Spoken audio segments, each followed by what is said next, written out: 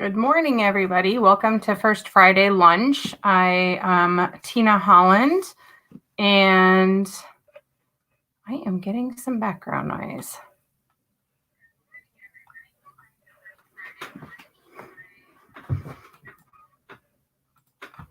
Okay, sorry, I had YouTube up at the same time, so I apologize for that. So, welcome again. We'll start over. Welcome again to First Friday Lunch. My name is Tina Holland, and I'm hoping that everyone found this okay because I decided to run it through StreamYard at the last minute. So you'll see that powered by StreamYard up in the right-hand corner.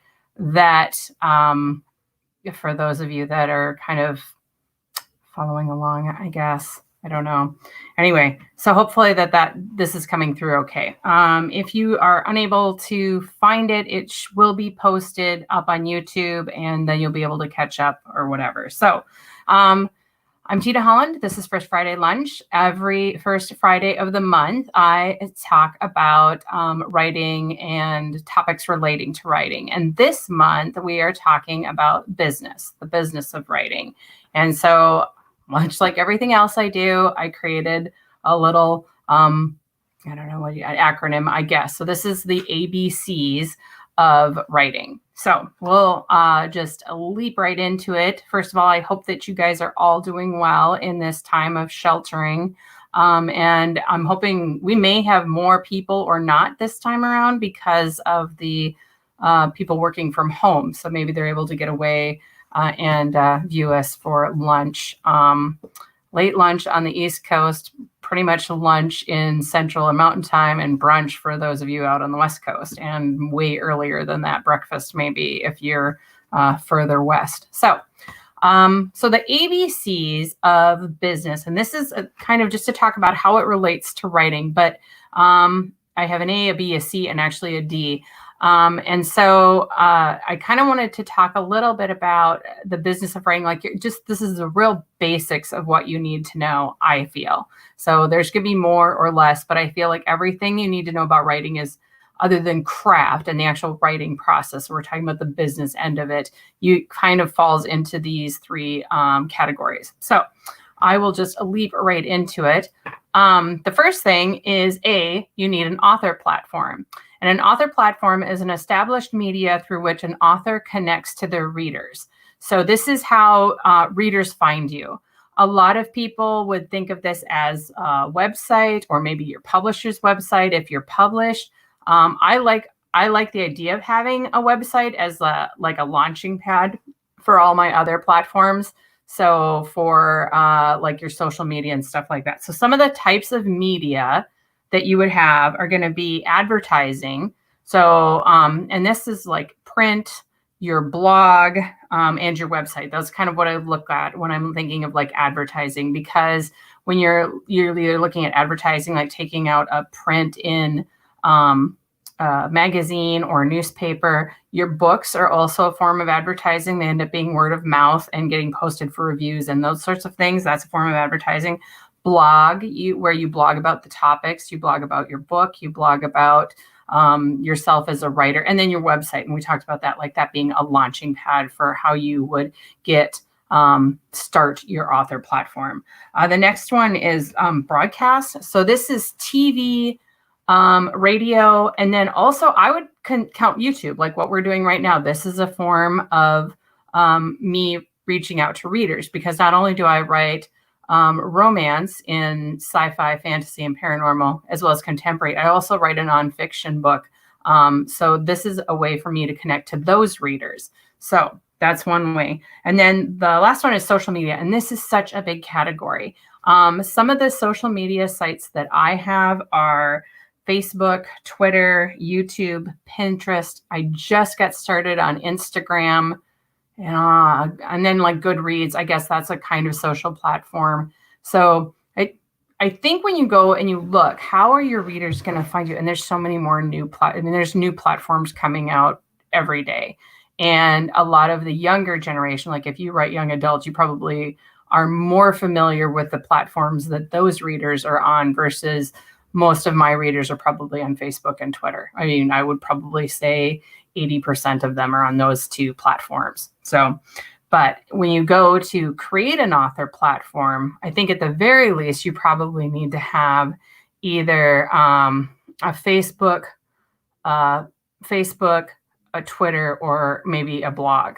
Those are probably the minimum of what you would need to have a place for your readers to contact you. I don't know that Twitter would be the best, but it totally depends on what kind of readers you have. But I feel like Facebook and maybe a blog would be starting points, like if you didn't want to invest money in a website right away.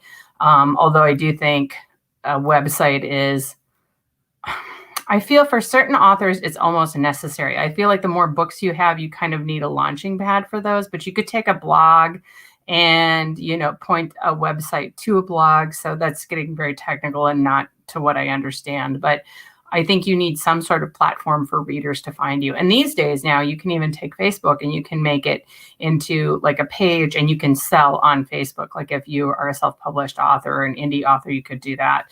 Amazon has its own author pages if you are exclusively publishing through Amazon as a self-published author.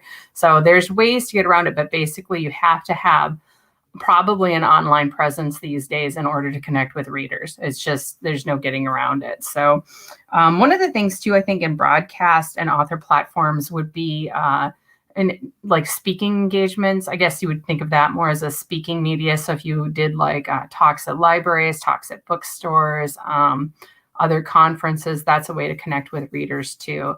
And I wouldn't be surprised if the older the author, the more traditional, like back in like the 80s, the only ways you really did connect with readers were through advertising and speaking engagements. And I think if you are a younger author, you probably, like if you're a millennial or younger, you probably are much more familiar with how to connect with readers on Twitch and Snapchat and Instagram and, the latest craze that's coming out. And there are two schools of thought, too, on social media, just as long as I kind of touched on that briefly. I'm having a squirrel brain, so I totally apologize if it seems like I'm rambling. But there's two schools of thought.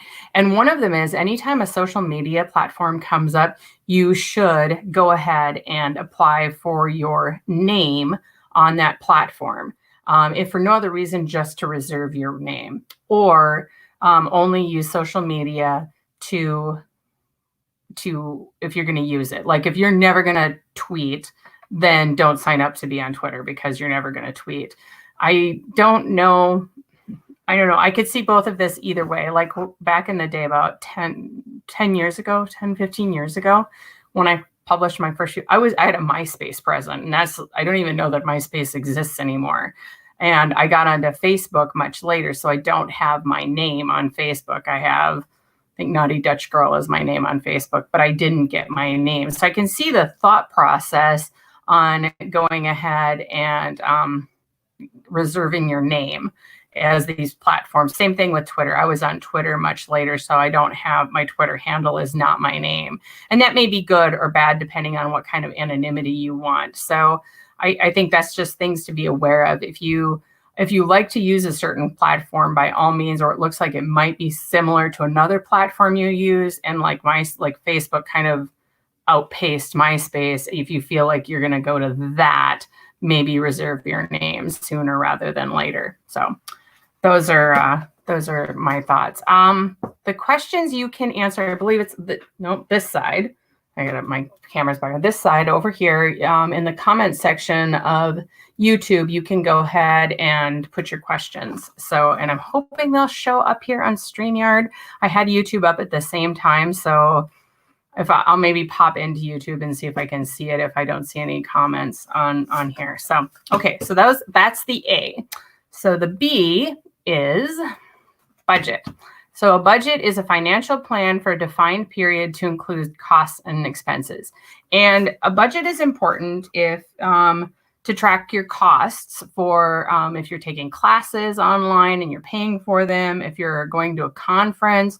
And then if you're in self-publishing, you probably want to create a budget for edits and covers. So to pay a cover artist, to pay an editor, if you are not going to do those things yourself. So you should have a budget for those things. I am going to put a link in the comments below by Jenna Moresi did.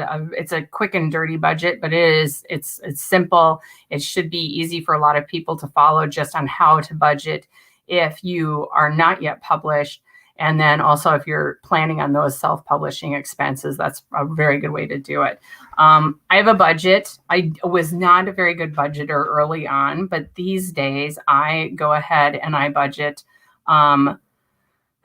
all the royalties that I have coming in on a monthly basis. And at the end of the month, I do a P&L sheet, a profit and loss sheet. And actually what I'll do is for author platform, for budgets, I will go ahead and I'll create a budget and put it on my website for you. And I'll put a link down to that below so that you guys can see what my budget looks like or whatever. Not my actual budget, but the things I put in there and whatever. But I put in the different like houses that pay me, the book boutiques now, Liquid Silver Publishing used to be, and then my Resplendence was in there up until 2 years ago when they closed. And then the last one is I have Amazon in there and also Draft to Digital because my nonfiction book is self-published. So I kind of keep track of those, who pays me. And then sometimes with some of the small press publishers, what they'll do is they will basically send you a royalty statement, but you have to earn like 10, 25, whatever the dollar amount is before they will pay you. So I track that as well. So then I kind of know who's paid me, who hasn't paid me by the end of the year. And you need all that information if you're making a significant amount of money. You need to have that information for your taxes, and you should be getting 1099s and stuff like that. So you should be able to put all that in and then track it. And then also in there, I put in my expenses. So I will put in my expenses for conferences that I attend, for book signings that I attend. And that thing includes things like gas and food and travel. And this retreat that I go on annually, I track that in there. And then it also gives me on the profit and loss statement, gives me like, what did I earn versus what did I spend? Now I will probably, even when I was like an aspiring author where I hadn't yet gotten published, I probably spent more in learning things, learning craft, learning how to write, learning characters development. And I attended a ton of business classes on taxes and stuff like that. That's because I'm just kind of a nerd that way. And then once my husband and I started our own business, I got really serious about doing profit and loss statements for my writing business. So I think that those things are important. So, and that'll kind of come up a little bit later. Why? Okay, the C. C is for contracts. And contracts are an agreement between two parties concerning employment or sales that is intended to be enforceable by law. So, and the law part is there to protect the, so you have contracts between editors and cover artists if you're self-published, not always, but you could have a handshake agreement or whatever. But even at that, that's pretty much a contract. It's a verbal contract. So, and then web designers, you can have that if you're self-published, traditionally published, or even indie published, or digitally published, however you want to look at that one category. But you would have a contract probably with a web designer.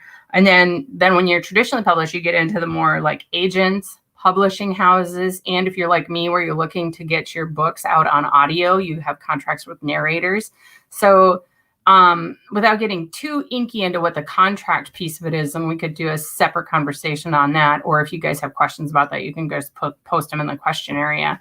And so basically you should have kind of a basic understanding of contracts and what they look like, and they are going to be consuming in your life as a published author, whether you're self-published because you're dealing with editors and cover artists, or whether you're traditionally published and you're dealing with agents and percentages and foreign rights. And there's all these things. So contracts, these are kind of the author platform, the budget, and the contracts are kind of things that you sort of need to know and sort of need to understand. And there's a bunch of information online on contracts. There's also a bunch of information on some of the other things like platforms and marketing and budgets and stuff. So if I find links for some of the other things like the author platform and the contracts, I will go ahead and post them in the comments below. All right. And the last thing, this might be a short one, depending on how everything went with StreamYard. The last thing that I have is the kind of the D, but in this world, nothing can be said to be certain except death and taxes. I wanted to bring up these two things because it kind of the stuff that we covered before, like the budget. If you have a budget, it's going to make your taxes easier at the end of the year. If you are self-published, you should totally have one so you can track it. At some point, it may not be if you're not making a significant amount of money, but usually people that choose the self-publishing route choose that for a reason, because especially if they've been in traditional publishing before, they will choose self-publishing because they just know they can make more money at it. One of the things with taxes is that they recommend that you set aside 10% of your earnings for taxes.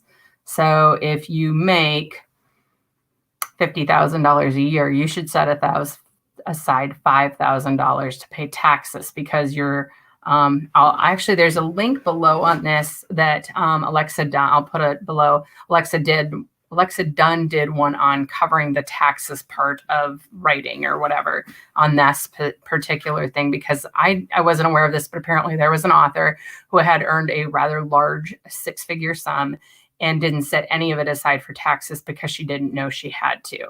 So it is important to have a budget. And when you start earning a certain dollar amount, that you set at least aside. And I don't know what that is. I mean, that might depend, like what if you have a day job and your husband has a day job, and then like what is the next tax bracket for you? Maybe you should look at that on the tax forms and see, okay, at what level do we, whatever, if I earn X, I need to set aside this much for taxes, because that's going to throw us into the next tax bracket, or however you want to look at that. But that's one of the reasons I feel budgeting is important, so that these are not big surprises at the end of the year.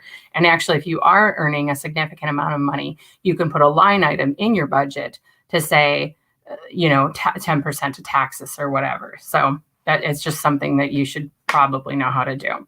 And then on the subject of death, this one's kind of personal to me, because I think when you look at contracts specifically, the contracts you have with your publisher regarding your royalties, or an agent or a publisher, if something like were to happen to me, I have to make arrangements for who will get my royalty checks, because obviously I can't get them. So who would get those? Some things that I've thought about is, would I let someone else write under my name? If I'm deceased, like VC Andrews. I'm sorry if you didn't know this, but VC Andrews is no longer VC Andrews, and it hasn't been for quite a few years now. Someone else has been writing as VC Andrews. So these are things that you need to think about in the scope of your life. One of the reasons this is personal to me is because my publisher, the owner of one of my publishing companies, passed away, and she did not have a will. And so it forced a lot of the authors to try and get their rights back through her estate lawyer.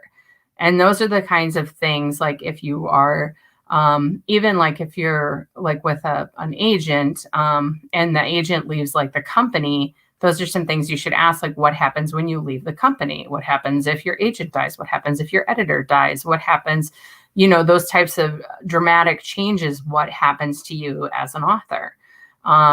And I think in digital publishing companies now, like smaller press companies, especially in the scenario that I was in, where the owner was the sole owner of the company, dies, what's the succession plan? What happens then?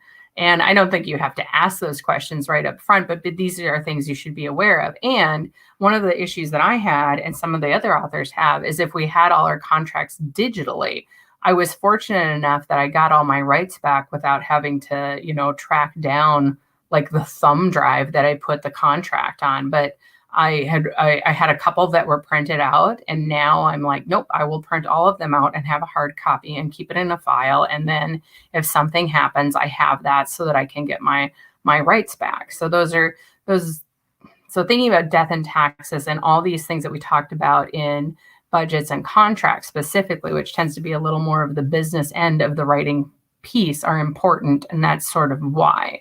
So that's basically my ABCs of writing business. I did have some questions, so I will go ahead and post those up here. One of the questions on the I'll put the link down below as well. One of the questions on the Facebook Writers Zen Garden Facebook group, these are the first questions that I got, so I will just simply go through these. What does an agent do, and do you need one? So an agent, this is gonna depend on a couple of different things. An agent basically, one agent that I went to a conference years ago, and one of the things she said is, if you want to just write and only do the writing, and you don't want to be involved in the decision-making process, then you probably would like to hire an agent, because they will go ahead and submit your work, and all you can do is focus on the writing. If, however, you want a large amount of control over the process, including the cover design, the editing, the release date, I mean, all these things, if you want control over those things, you probably don't want an agent. Maybe you would be better served with an assistant or a publicist. So I think it depends on what kind of writer you are and what kind of path you want to take. If you want to go with a traditional publishing route, so you're talking one at the New York, maybe small press, but probably not digital press or digital only press, because you can usually, as an author, get access to those presses without having to have an agent. All my online publishers, and even the queries that I've got right now for my steampunk work, those are all publishers I can access on my own. I don't need an agent for them. And you probably wouldn't want an agent for those as well, because the contracts are boilerplated. So you usually get like 25 to 50% royalties with those smaller digital presses. And then an agent would take 15% of those royalties. And you don't usually get an advance either. So I would say, if you're going to work with a small digital press or a digital only press, or you're looking at self-publishing, obviously, you probably don't need an agent. Those people would probably best be served with maybe a publicist or an assistant to help them with the processes that they don't necessarily want to do. So that's kind of like, do you need an agent? I would say, if you want to be published with New York, like the Big Five, then I would say you probably do want an agent. There are certain genres, like sci-fi fantasy is very difficult to get into without an agent. I have not seen any of those presses take every now and then they'll have contests or something that you can get into, but I would say that genre might require an agent more than, say, the genre I write in, which is romance. There are many avenues of publishing for romance, including self-publishing, that can be profitable without necessarily needing an agent to go to the Big Five. So, and that kind of goes back to your author platform. Even if you're a newbie author, or if you're a reader, let's say you're a voracious reader and you've never read anything, where are you connecting with other readers online? That is probably most like where you're going to be published. What are you reading? Are you reading, Avon, HarperCollins, Harlequin? Are you reading those that are published with a traditional publishing house, or are you reading stuff off your Kindle Unlimited? Maybe that would help you make a decision on how to publish and whether or not you need an agent. So I would say, no, you don't need an agent, but it really depends on what kind of publishing route you're looking at taking. So, I cut this question off. So, how can one make a business/living? I guess the better question is, earn money writing short stories through magazines. So this is sort of like, this is also going to depend on your genre. I don't know that there's any money to be made in the romance genre doing this, because I don't even know that, like, they used to have magazines like True Love Stories or whatever that you'd find on the grocery store shelves. Those don't really exist anymore. And I think a lot of the sci-fi ones have gone to e-zines. And I did actually look up paying websites. I think, hold on, give me a second and I will find this, but I'll put this in. I did find a link, because this question was asked earlier. I did find a link that showed like the places that did pay. Like Cosmopolitan pays for articles, and they do short stories too. And I want to say there was one in there for science fiction that paid like $400 an article or something, which isn't a lot. But a lot of the ones, the e-zines and stuff like that I had seen, or even, back 10 years ago, they'd only pay like $25. So I think I don't know that you can make money doing it unless you're super prolific and you almost always get accepted. Like you're prolific and you have clean writing and you're going to get accepted. Then you can probably make a living doing magazine articles. Now, that being said, it can also be looked at as part of your author platform.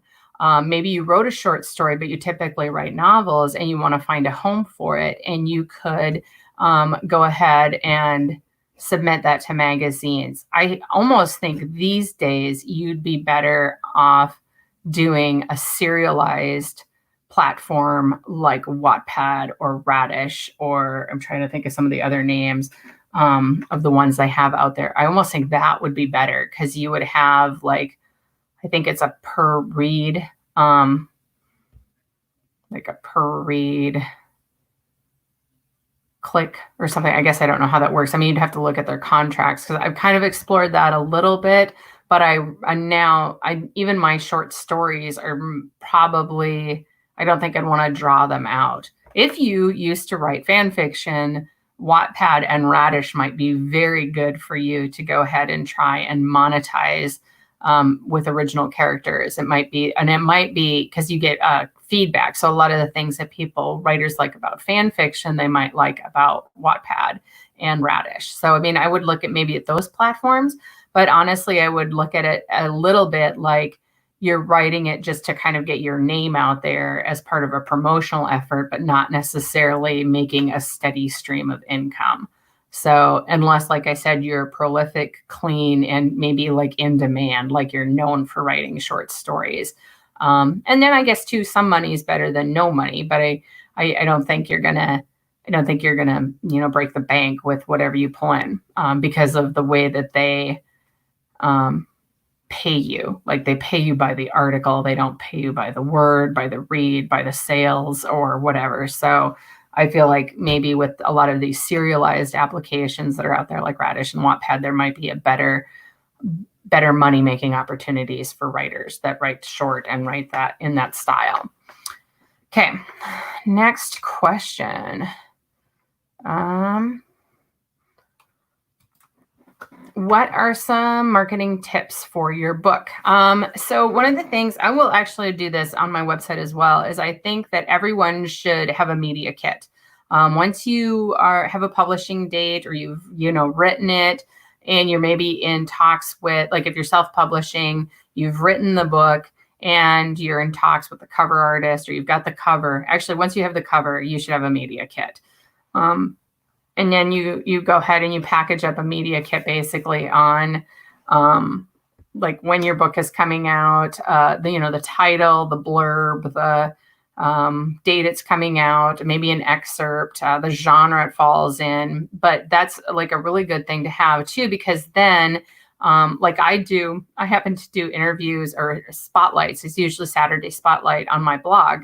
And so usually I will get from authors their media kit, or the press company that they're working for. I will get that press kit and I will go ahead and post it on my blog, and it's got all that information so that readers can go ahead and find them. They can go and purchase the book. Because it'll have the buy links in there, as well as like maybe the author's social media sites, so that readers can connect with authors. And it's a simple tool you can do all by yourself. You don't need a publicist to do it. You could hire one, but you really don't. You can put it together by yourself. I put mine together by myself, and I've only done that since I've republished with Book Boutiques, because media kits had kind of fallen out of favor. But the other thing is, if you do have one of those, you can sort of make it like a flyer and put your cover on it, and you could give it to like your local library as part of a package and ask to speak. And so these are things that you can do that cost no money to you, basically connecting with your local media. Like you could give it to your local newspaper or whatever. I mean, honestly, I would almost do that sort of thing, like a press release to the local media. And if you're in a town of 50 people, holy cow, you've got whatever. So I think that would be good. And then you could post it on your blog. You could ask your other writer friends or your friends to post it on their blog, on Facebook, so it kind of gets you that word of mouth. I like it on a blog just generally because I feel it's like not throwing it in people's faces. And it's not the buy my book. It's saying, this is my book. And then it gives people information about the book, and to decide whether or not they're going to buy it. They may not buy your book. They may buy the next book you write. But I mean, it's just a simple way for you to have, and it's a tool to have at your fingertips if somebody asks you, tell me about your book. So that's probably the cheapest, easiest marketing tip that I could tell you to do for your book, is to create a media kit and then utilize the media kit in the different social media platforms you're on. And then there's a few companies out there that will go ahead and host like blog tours. I don't know how effective those are anymore, but I feel like having that media kit is really nice for if you want to make local connections, like I said, with your librarian. If you are set up on Amazon's author page or Goodreads, you can, when you go to post, you can have a link to your blog. If you go ahead and post that media kit to your blog, it'll go out to those pages. So it's pretty easy to set up that'll just filter over to those, because those two sites will generally ask you, what your blog page is. Also note that Goodreads is owned by Amazon. So those are a connected company, kind of like Facebook and Instagram. But so usually that's probably why they will connect to your author blog or author website. And so anytime you do that, that's just simple, easy media marketing. There's a ton of other ways. We talked about all that stuff in the author platform, the social media. And I think the bigger thing, at least with social media, specifically Facebook, Twitter, Pinterest, you don't ever want to do the whole buy my book. I think that's it's kind of bad. And especially during these times when people are kind of strapped for cash, it's downright rude, in my opinion. But I think connecting with readers is probably one of the best ways to just talk to people. And honestly, if you're honest and sincere, I think readers will gravitate towards you anyway. They're going to want to know more about you. They're going to want to read about you on your blog, on Facebook, what kind of pictures are you posting on Instagram or Twitter or Pinterest, and they're going to want to learn more about you. And subsequently, they're probably going to want to know they will read your book, and then they'll want to know when your next book is coming out. And I think that you're better off building relationships like that with readers than the, buy my book thing. Now, if you're with a publisher or you're self-published, and you do have a sale, like a lot of publishers right now just have sales going on. Like I think Entangled Publishing is having a sale. And there's libraries are getting discounts on books as well through publishers. So I think that connecting right now with a reader is much more important than saying, buy my book. But also now that stuff's free, if you do have a book on sale, by all means, let readers know that your book is 99 cents, it's half off, it's free, whatever that is. I mean, you can then grab those people that are looking for the deal. And the people that are looking for the deal probably wouldn't necessarily connect with you on a level you would want to be connected to your readers. So I think that that's a good way to just create that media kit and then connect with readers on social media, but without the whole buy my book. Do tell them when your book is out, but just don't bombard them with that. I think like today my book is out and available for this price or whatever. And then you could even say like the genre is this or whatever, and what genre do you read? So make it an engaging post, not just my book is out today or whatever. So that is a question. Okay, what are some tips for when researching a traditional publisher? Some of the tips that I would suggest is that, and I'm going to use all publishing because to me, it doesn't matter. In the genre I write in, I could go either traditional or small press, or I could independently publish. So, but when looking at small press, traditional publishing, like your big five, your small press, and then your independent publishers like digital presses or whatever, when you're looking at those, I think some of the things to look for is like, what is important to you as a writer. So if you write long, if you write long, and one of the things you should look for when researching a digital publisher is their word count. Because if you don't fall within word count, sometimes that's just going to be an automatic rejection. If you write, if you wrote the 500,000 word romance saga that covers 4 decades or whatever, that's not going to be a fit for a lot of houses. If you write short, like I tended to write short earlier in my career, I tended to write less than 20,000 words a lot of times. And then you probably want to look more at digital publishers, and because like your sweet spot for most romances is somewhere between, I think it's 60 to 80,000 words is kind of the general, like any book that you grab off the shelf is going to be that length. So like actually here I have a couple, like this one is probably like in that 80,000 range, maybe to 100, even like 120. And this one's probably like your 60,000 range, these Blaze ones. So I think that you kind of have to know your market. And also there's subgenres within romance that have specific like calls. Like if you were going to write for one of the Harlequin serials, those range as high as, I don't think I've seen them higher as 85. But as low as 55. So that's like just novel length is that 55. And then some of your historical romances that you might see with like Avon, those are going to be somewhere between 80 to 120, somewhere in there. So it totally depends on the genre, and it totally depends on the house, what they want. My personal house I asked them when I had published, because they repackaged some of my Liquid Silver titles and my Resplendence titles. And so I asked them, what's your sweet spot for your readers? Because now I'm writing newer books for them. And they said that 25 to 30 is kind of the sweet spot. That's a good price point for them, and readers will pick it up, and it fits a length that their readers like. So I think knowing what the publishing house wants as far as word count and what you write as far as word count will help you. Literary houses and sci-fi are different too. I think sci-fi tends to be longer because there's a lot of world building involved, and fantasy, the same thing.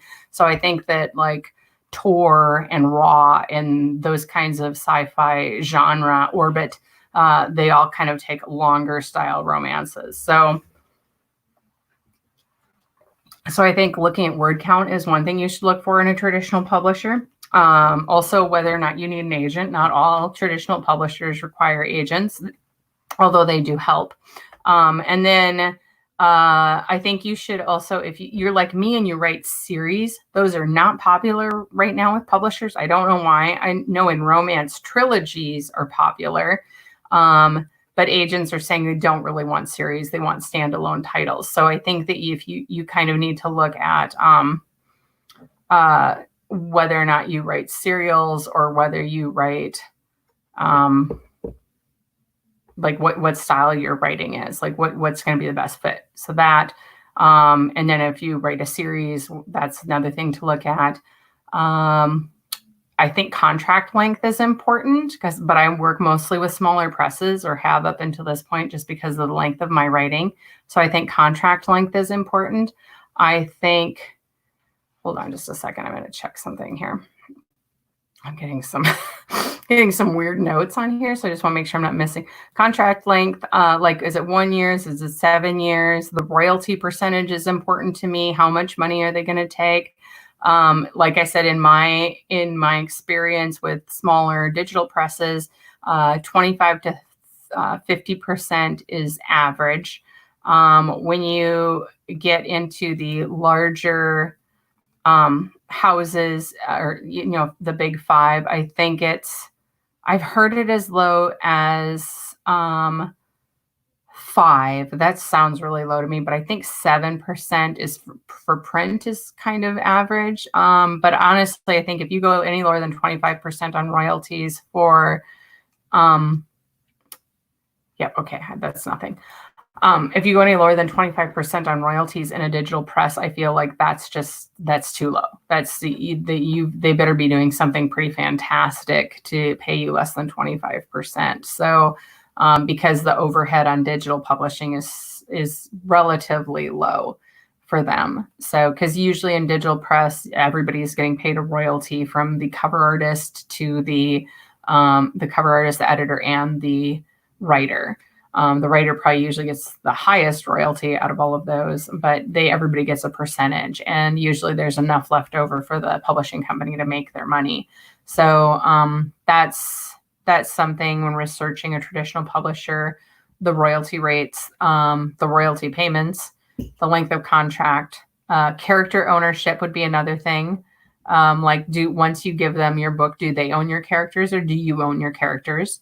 That could be in your contract. Another thing that might be in there is first glance clause, which usually means if you give, and this could apply to your agent as well, you give them a work and any subsequent work, and it could be written as like containing the same world or what, like it could be for a series, any subsequent work, they get the first refusal right, like first glance clause, or any work you do. So like, let's say I write in paranormal and I give an agent or an editor that paranormal, depending on how the contract is written, they could get my next paranormal. They could get they could get the first look at the next paranormal, the first look at the next book in the series, and then refuse it, or they could get my next contemporary romance. So those are things to look for in a traditional publisher. You may not see that until you get to the contract stage. So you could get into the traditional publishing world and maybe never see that. But those are some things to kind of be aware of that they can occur. But yeah, I would say the biggest thing for me when researching traditional publishers is the fit. So like, do they accept what you write? If you write hardcore erotica, you probably don't want to submit that to Steeple Hill Press, which is a Christian publisher. I mean, so it's sort of like, you shouldn't try and fit, a square peg in a round hole when it comes to publishing, traditional publishing. That's why there's a lot of smaller presses. They're willing to take cross-genre stuff. So that's one thing to look at. And then word count to fit into the word count. And I would also say that if you are looking to be published, don't beat a publisher over the head with your book. If they're like, this isn't working for us now, don't send it to them without any significant changes 3 months later and expect them to take it, because they probably won't. And you're probably going to end up on a list. So I would say, look at how long do they want, how like the length of work, and then also what do they publish. And those will be the two things that'll help you when researching traditional publishers.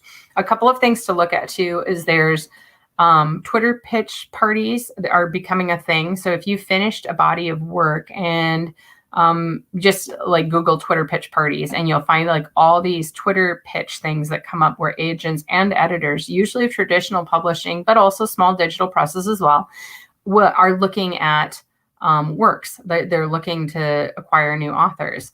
And there's a bunch of different kinds out there. There's diversity pitch. There's KISS pitch for romance authors.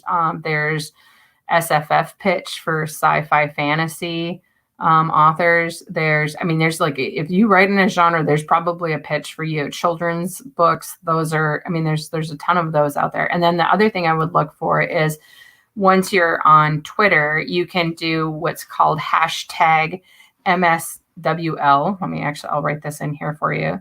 So it's hashtag MSWL. Nope, damn it. I did something wrong. Hold on. All right. I'm not going to be able to do that. But anyway, it's hashtag MSWL. And it will, and then like type that into Twitter, or actually you could even type it into, I think if you even type it into Google that way, it will go ahead and find the Twitter, and then write whatever genre you write. And then it will pull up agents and editors that are looking for that genre. And you probably want to go with the most recent backwards. So that's another way to help your search to narrow it down, is what are people looking at. There's also a thing called, is it on Twitter? Or maybe it's its own platform. Manuscript wish list is what MSWL stands for. And then agents and editors will put stuff out there, and you can find out who's looking for what. Another good place to research traditional publishers is Query Tracker. And you can research agents there, and you can also research publishers there.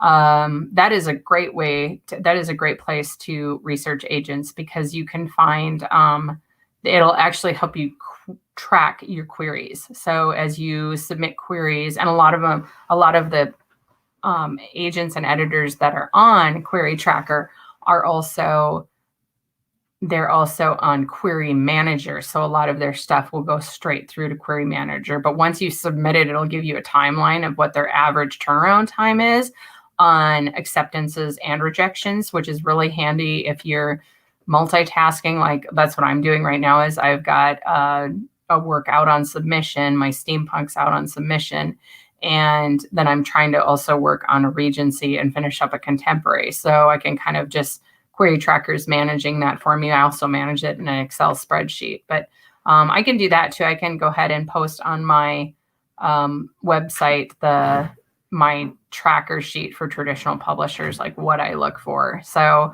I could probably even put the publishers in there that I'm looking at, but note that all mine are almost always romance. So you'd have to make your own if you write children's books or something. So I think that was the last of my questions. And let's see if I have comments. Nope, I have no comments. So I am guessing that you guys are good to go. And I'm hoping that you guys got all this on YouTube. So if you did not, by all means, please let me know. And I will maybe look at doing this a little differently. But I was having issues with YouTube Live, so I went to this StreamYard to go ahead and do this. So let me know how that went. I do like that this has got the, okay, hold on, let me see here now. This here, I like this thing here, this little, I like that.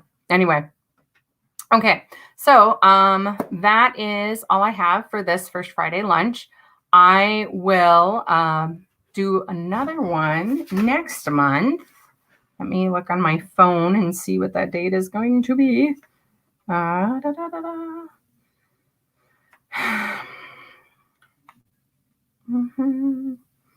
I think I will probably run it right up on StreamYard, and I didn't do it until the very last minute, so I apologize if you were unable to view this. So, but it'll go up on YouTube shortly after, so we should be good to go. Oh, I hate it when it won't just open to what I want. Okay, I'm gonna have to look on here really quick. Oh, sorry. But our next meeting, I haven't picked a topic for next month. If you don't belong to Writers on Garden, the Facebook page, I will probably put a poll out there, but I highly recommend you join it. It's a group of writers. It was founded by a Catherine Noon, and they are so lovely as to help sponsor this. So that's been truly lovely. That they've been supporting, and they kind of help me pick the topic. So if you'd like to pick the topic or would like suggestions on a topic, I would head on over to Writers on Garden, and you could go ahead and let me know what you guys want to talk about the next month. We'll probably talk about business now the rest of the month, and that'll be okay. So if people have questions, we can talk about it. Give me a second. My calendar's loading. So I'm just looking for the next First Friday in May. But like I said, we haven't picked a topic. So I have some ideas. So I might put out a poll, and we'll let you know there. Oh my goodness. April 1st, May Day. May 1st. May 1st is going to be our first Friday lunch next month.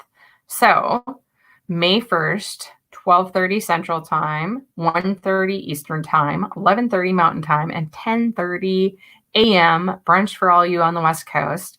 Pencil me in for lunch, and I will see you then. Have a great day. Stay safe and stay healthy.